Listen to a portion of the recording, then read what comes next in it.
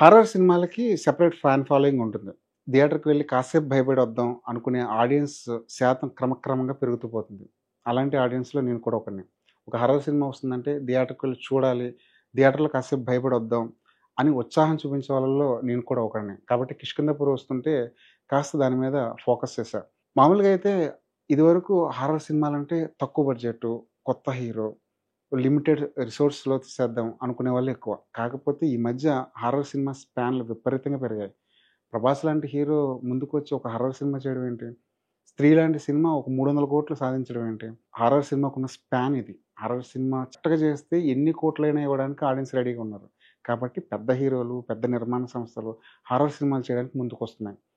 ఇప్పుడు బెల్లంకొండ సాయి శ్రీనివాస్ కూడా 'కిష్కింధపురి' అనే సినిమా చేయడానికి కారణం ఇదే. ఎందుకంటే ఈ సినిమాకున్న స్పాన్ ఇది. ఈ జోనర్‌కున్న స్పాన్ అది. ఒక యాక్షన్ మాస్ హీరో ఒక హారర్ సినిమా చేస్తున్నాడంటే ఖచ్చితంగా దాని మీద ఒక ఇంట్రెస్ట్ ఏర్పడుతుంది. అలాంటి ఇంట్రెస్ట్ తెప్పించిన సినిమా 'కిష్కింధపురి'. 'కిష్కింధపురి' అనే టైటిల్ చాలా క్యాచీగా ఉంది. ట్రైలర్ బావుంది. ఆ ట్రైలర్‌లో ముఖ్యంగా అనుపమ పరమేశ్వరన్‌కి సంబంధించిన కొన్ని షాట్స్ చాలా ఇంట్రెస్టింగ్‌గా అనిపించాయి. ఈ సినిమా ఎందుకు చేశాను అని చెప్పడానికి బెల్లంకొండ సాయి శ్రీనివాస్ దగ్గర కొన్ని లాజిక్‌లున్నాయి. ఈ సినిమాలో కొత్తగా ఏముందని చెప్పడానికి కౌశిక్ అనే దర్శకుడి దగ్గర కొన్ని కారణాలున్నాయి. ఈ సినిమా మొదలైన 10 నిమిషాల తర్వాత ఎవరైనా సెల్ ఫోన్ ఆన్ చేస్తే గనక, సెల్ ఫోన్ చూస్తుంటే గనక ఇక మీదట నేను సినిమాలు చేయను అని బెల్లంకొండ సాయి శ్రీనివాస్ ఒక బోల్డ్ స్టేట్మెంట్ ఇచ్చాడు. బహుశా దాని తర్వాత ఆ స్టేట్మెంట్‌ని ఉపసంహరించుకున్నాడు. అది వేరే విషయం. అంటే అటు డైరెక్టర్‌కి, ఇటు హీరోకి విపరీతమైన కాన్ఫిడెన్స్ ఇచ్చిన సినిమా 'కిష్కింధపురి'. సినిమా రిలీజ్‌కి 2 రోజుల ముందే ప్రీమియర్స్ వేసి హడావిడి చేశారు.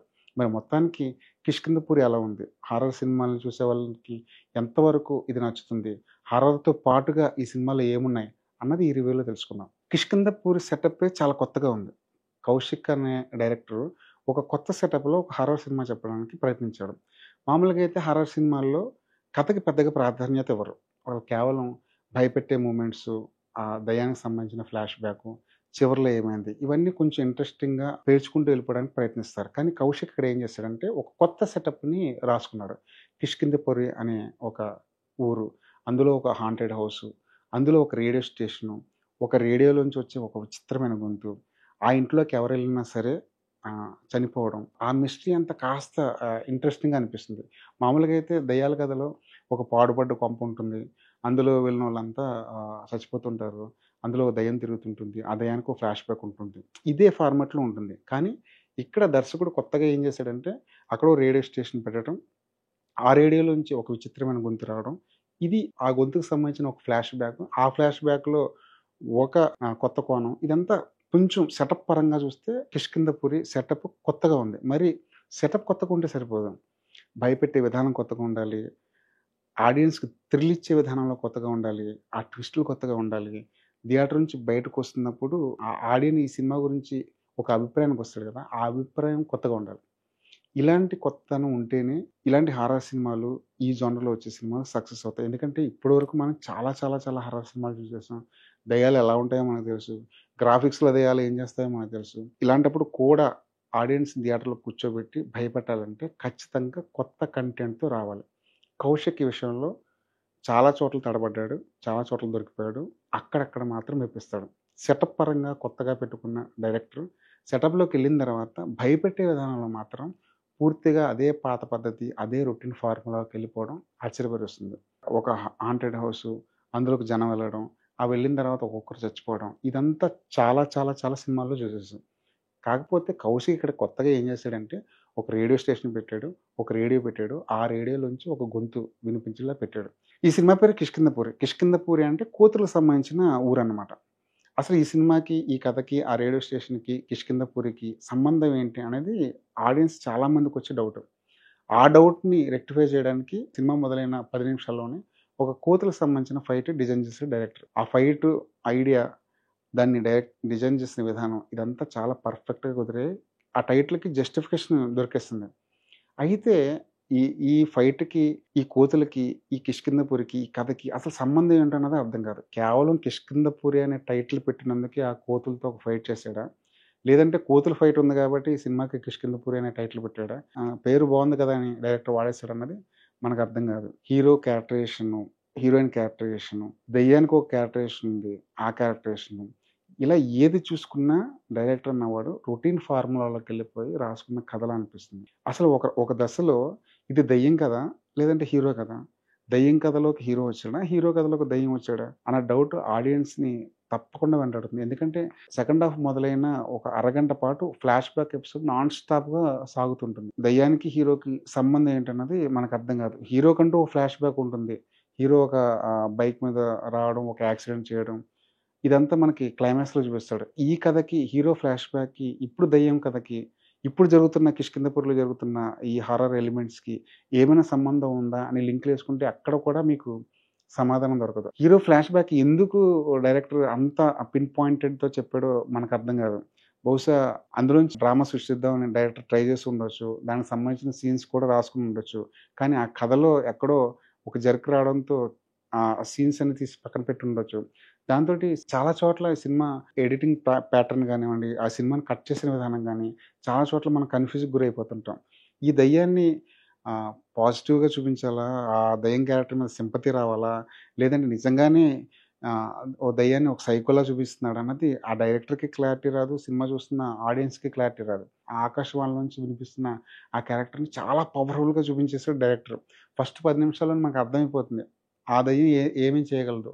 ఆ మహల్లోకి అడుగుపెట్టిన 10 నిమిషాల్లోనే అడుగుపెట్టిన వాళ్ళందరిని చంపేసేంత కెపాసిటీ దెయ్యానికున్నా సరే, క్లైమాక్స్ వరకు వెయిట్ చేస్తుంటుంది. అదెందుకో అర్థం గాదు. పోనీ అక్కడక్కడ హారర్ ఎలిమెంట్స్ బాగా ఏమైనా పండాయా? మిస్టరీకి సంబంధించిన ఏదైనా సస్పెన్స్ మనకి రివీల్ చేసుకుంటూ వెళ్ళాడా? చివర్లో ఏదైనా మనం ఊహించిన ఏదైనా పెద్ద ట్విస్ట్ ఏదైనా వచ్చి పడిపోయిందంటే అసలు దేనికి మనకి సమాధానం దొరకదు. ఇదొక హారర్ సినిమా. దాన్ని మిస్టరీ జోడించి డైరెక్టర్ చెప్దాం అనుకున్నాడు. కాకపోతే అటు భయము వేయదు. ఇటు మిస్టరీకి సంబంధించిన ఆ సస్పెన్స్ గాని, ఆ థ్రిల్ గాని ఆడియన్ ఫీల్ అవ్వలేడు. మొత్తంగా చూస్తే అటు డైరెక్టర్ భయపెట్టడం లేదు. ఇటేమో మనల్ని సస్పెన్స్‌కి గురి చేయలేదు. రెండిటికి చెడ్డరెవడంటారే మొత్తానికి ఈ సినిమా అటు భయపెట్టకుండా, ఇటు సస్పెన్స్‌ని మెయింటైన్ చేయకుండా, ఇటు థ్రిల్ ఇవ్వకుండా, దేనికి సమన్యాయం చేయకుండా మధ్యస్థంగా మిగిలిపోయిన ప్రాజెక్ట్‌గా ఆగిపోతుంది. అలానే ఈ సినిమాలో ప్లస్ పాయింట్స్ ఏం లేవా అంటే కొన్ని చోట్ల డైరెక్టర్ మెప్పిస్తాడు. టెక్నికల్‌గా సౌండ్ డిజైనింగ్ చాలా బావుంది. కెమెరా వర్క్ బావుంది.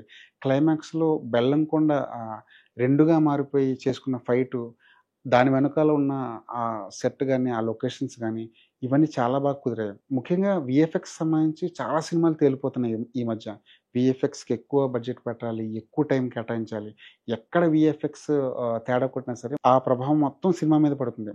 కానీ ఈ సినిమా వరకు వీఎఫ్ఎక్స్ విషయంలో చాలా చాలా జాగ్రత్తలు తీసుకున్నారు. ఎంత ఖర్చు పెట్టారో తెలీదు గానీ, దానికి సంబంధించిన ఔట్‌పుట్ మాత్రం స్క్రీన్ మీద కనిపించింది.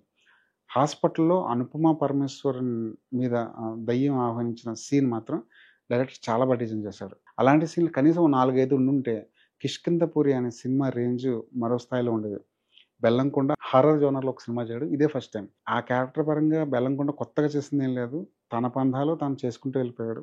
కాకపోతే క్లైమాక్స్‌లో బెల్లంకొండ పెర్ఫార్మన్స్ ఖచ్చితంగా కొత్తగా అనిపిస్తుంది. అక్కడ డైలాగ్ చెప్పే విధానం గానివ్వండి, ఆ ఆత్మ తనలో ప్రవేశించినప్పుడు తాను ప్రదర్శించిన హావభావాలు గానివ్వండి, ఇవన్నీ పర్ఫెక్ట్‌గా కుదిరాయి.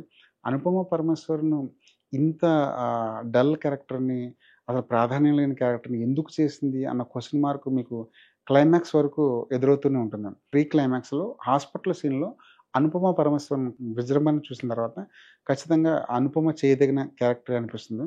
మిగిలిన క్యారెక్టర్‌లతో పోలిస్తే కొరియోగ్రాఫర్ శాండీ క్యారెక్టర్ చాలా ఇంట్రెస్టింగ్‌గా అనిపిస్తుంది. తన పెర్ఫార్మన్స్ గురించి అందరూ మాట్లాడుకుంటుంటారు. ఒక రకంగా సినిమాలో బెల్లంకొండ సాయి శ్రీనివాస్‌ని డామినేట్ చేసే క్యారెక్టర్ ఏదైనా ఉంది అంటే ఈ ఆత్మగా కనిపించిన శాండీ క్యారెక్టర్. బాడీ మాడ్యులేషన్ గానివ్వండి, ఆ క్యారెక్టర్‌లో ఒదిగిపోయిన విధానం గానివ్వండి, మనల్ని చాలా ఆశ్చర్యపరుస్తుంది.